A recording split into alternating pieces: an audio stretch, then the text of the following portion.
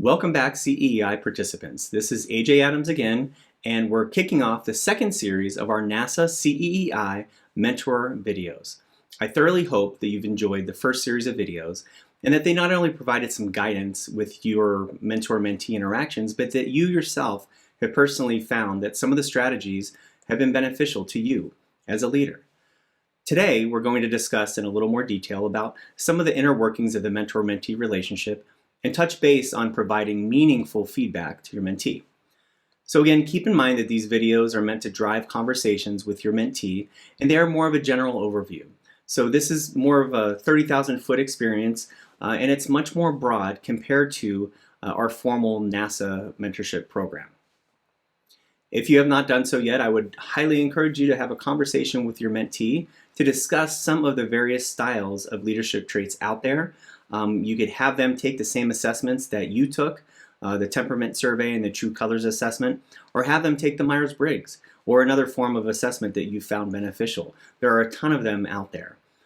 Personally, I like the two free ones that we provided in the CEI because they're free, but also they provide a lot of detailed information that others don't. Now, my all-time favorite is the StrengthsFinder assessment. This is the one from Gallup. So you do have to buy the book, and the assessment comes in it, or you can buy the assessment on its own. But it's truly worth the money, I will tell you that. I've taken it at least four times myself over the course of probably about 6 years now. And each time I've taken it, I've been in different positions professionally, as well as just different stages of my own life and in my personal life. Every single time I've taken it, my strengths have not changed. There may have been like one slight variation, but my strengths have stayed tried and true. I'm encouraging you to discuss with your mentee your own specific leadership traits and what you've found from the assessments that you've taken thus far. They don't just have to be the assessments that you've taken in the CEI. You should share your dominant leadership traits, and it's always helpful to provide some real-life examples. You can also discuss the advantages and disadvantages of your traits, and as well as your mentee's traits. If they are in a leadership position, do they take various leadership styles into consideration when hiring? It's natural to want to surround yourself with like-minded people. However, don't fall into the trap of trying to create your leadership team based on everybody being the same style as you. I always say you don't want a room full of bobbleheads or everybody agreeing with you.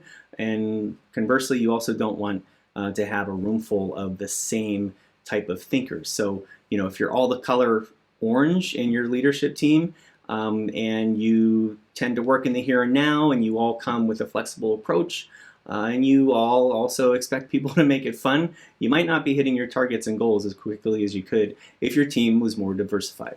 So another concept I'm going to encourage you to look at is how you interact when dealing with your mentee, employees, or somebody that you're supervising, anybody really, especially when you're communicating with them and listening to them. So take a moment and think about, what is your typical listening style? Okay, do you really listen to people? Are you listening to me? Or do you have a little voice in your head saying, gosh, I wish this would get over already? But seriously, what are you really listening to people, fully listening to them when they're talking to you? Or are you just listening enough to wait until they pause to take a breath, or when they pause, just so that you can get in there and respond or provide your response? Now, I can be guilty of this at some times.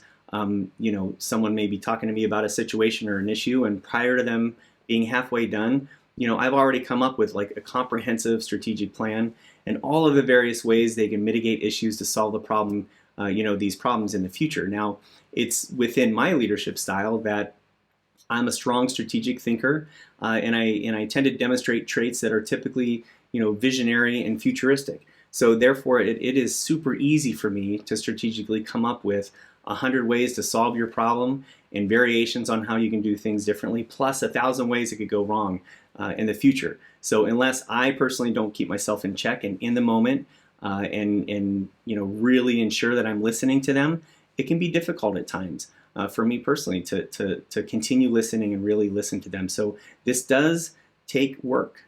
Okay, it really does take work if you are the type that you want to interject, you want to give them an answer right away, or you want to be heard. And this isn't only just at your work or in your profession. This is out in the public. This is at home with family, friends, those types of things. So, if you've been in a leadership position for a period of time, especially when you're in work, you may have that sense of, I've been there, done that. Let me help you not make the same mistakes, right, that I have, and I'm just going to tell you what to do. But again, remember, if we're truly mentoring somebody, we have to shift away from that type of thinking. Remember, you as the mentor are there to guide them, not fix their issues or give them the answers right away. So here's a little tip that I found. So when I'm mentoring or coaching individuals, right in the beginning, I come right out and tell them, look, I'm this is a mentor relationship, or I'm coaching you, whether it's formally or not. I'm not here to give you all the answers. I am here to guide you and here to help provide strategies to pull out of yourself your own answers and solutions. Now, after that, if you still want my advice or feedback, I will absolutely provide it, and we will work, this thing like no other. So again, I do warn you, it does take practice. You're going to find that, and you may already have done this already when working with your mentee, that you're going to have to stop yourself from talking or interjecting or showing any adverse reaction, like while you're listening. Because only then, once they're completely done, then you can begin the process of walking them through their problem, asking targeted questions along with follow-up questions, so that they come and you end up leading them right until they come out with a few reasonable solutions, to their own issues. That's when you're mentoring. I also know there is only so much time in the day, and you can't sit around, and it's not realistic leading everybody through this process that you come into contact with. So, we are leaders. We are paid to make decisions, whether it be, in a central office or our buildings or our office or our organization. I do know that our principals in school buildings, they make hundreds of decisions every day. On a typical day, the principal will make about 300 decisions. The key, though, is at the end of the day, our hope is that principals are asking themselves, what percent of my day was spent making decisions about instruction, education, decisions about what really matters to have a positive impact or a more positive impact on the students that we serve. So with that said, all of the decisions that you make day in and day out, you'll have to pick and choose and strategically select the right times to provide those teachable moments. This is, again, outside of the mentor-mentee relationship. But there are always teachable moments that, you could walk people through so that they can come up with their own solutions. There's always mentor-mentee moments on a daily basis. So let's discuss feedback. So providing effective feedback is truly, it's an art unto itself. Remember, being in the mindset of a mentor, you first want to walk them through the topic at hand until they come to their own solutions and ideas, and then, possibly providing feedback. After your mentee has come up with their own solutions and or ideas, and if they want feedback, then you can and should provide it. Providing unsolicited feedback to others typically doesn't work out that well. Hopefully your mentee will ask you what you've done in the past with similar situations, or what would you do in similar situations. Now, providing feedback may not come immediate. You may not, it may not be appropriate to provide immediate feedback. So, for example, if you are working through an issue with your mentee and your mentee comes up with a few solutions or ideas, and you may want to give them time to try it out. Try something new, try something out based on a solution or strategy that they've come up with. And then after they've implemented that new strategy, maybe over a week or a couple weeks, then you may want to circle back and discuss the results with them, and then provide feedback at that time. So in that scenario, after a mentee tries something new based on your mentorship, and you both agree to come back to discuss the results, feedback can be given in different ways, many different ways. So while providing feedback, my first recommendation is to listen to what your mentee says as far as what the results were. Remember the listening. You can then go into various styles of questioning, just like you normally would. And your mentee, I'm sure hopefully by this point, or they will be, If you're meeting with them consistently, they'll be used to this and they'll already come up with various strategies on their own. And then you can discuss, times where you've had similar problems of practice, or you've had similar issues, or that you have had similar situations that you can really compare notes to, and you are going to learn something from your mentee. You are going to learn many things from your mentee just as much as they're going to learn from you. So I think that's where the beauty of it comes in the educational field or the professional field, is where there's a problem of practice, there's an issue that they're working on, and you let them come up with ideas, and you let them go out and try those ideas, and what you've done in the past, and when they come back, you sit down and you really start comparing notes and kind of walk through the learnings, what you've learned, what they've learned, things that you would do again, things that you definitely would not do again. Now, when you're providing feedback to your mentee, you really need to understand their leadership style and the types of feedback that would be most appropriate for them. So, naturally, some of us humans, we have thicker skin than others. Some of us care deeply about what others think.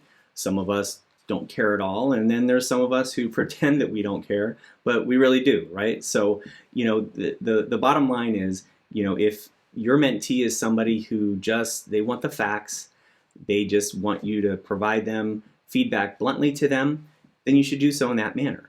If you're a leader who prides yourself in brevity and you provide feedback bluntly, yet the person on the receiving end, whether it's your mentee or somebody else, is intimidated by you or afraid of what you think, their feelings may easily become hurt, just like in a classroom environment, right? You need to get to know your students first, and then you might want to put on some baby gloves every now and then to provide feedback. Or at least providing feedback that's most effective for them individually, right? All too often, good and meaningful feedback is dismissed purely because the receiver of the feedback is focused on how you spoke to them. And they're now focused on having their feelings hurt instead of learning anything that you're trying to say to them. Everybody knows the art of providing effective feedback, and being able to have those difficult and crucial conversations is not only an art or a learned skill, but I would add that it's a necessary tool that every leader must learn. In my experience, 9 times out of 10 conversations, or at least the ones that go bad or go wrong, whether it's in a mentor-mentee relationship, supervisor-employee relationship, peer-to-peer relationship, partner-to-partner relationship, parent-to-kid, whatever relationship you want to name, the way it goes wrong, the way it goes south, is typically all about the delivery and not what's actually being said. As a leader or aspiring leader, how do you communicate with others? How do you communicate with your employees? How do you communicate with your students? How do you communicate with those around you? How do you communicate with people at home? Typically, the way you communicate with people at home is the way you communicate with people in your work life. Is your delivery of communicating, or your delivery of providing feedback to others, is it refined so that you could actually get your message across to others? Or are you consistently butting heads against other people when you're trying to provide feedback? So like I said, more times than not, it's not what you are saying, it's how you are saying it and how you are coming across. And perhaps also not knowing your audience and how they prefer to be spoken to, or how they prefer to be given feedback. So next steps as we wrap up this video is discuss with your mentee your specific leadership traits and what you found from the assessments that you've taken. You also can discuss with them what they've found as well, and a few questions that might drive your conversation. What are your dominant leadership traits? What are the potential advantages and disadvantages of your traits? Did the results surprise you? Keep in mind, these assessments, these surveys, they don't encompass you. That isn't you to a T. If you're an orange or a blue, that's not you for life, and that's not reflective of you, good, bad, or indifferent. it is one component of it, and I found that there are always some truths to all of these types of surveys. But is it surprising? Does it surprise you? If you or your mentee are in a leadership position or in some type of hiring role, have you ever taken leadership styles and the styles of others on your team and around you into consideration throughout your vetting process and when hiring? Would you ever?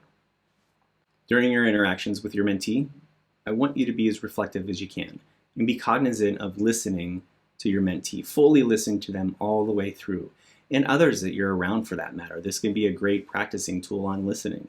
And notice the times that you really are wanting to interject, you're wanting to cut them off halfway, or get some words in, or just jump into their conversation or whatever they're telling you, and just be cognizant of that and stop yourself.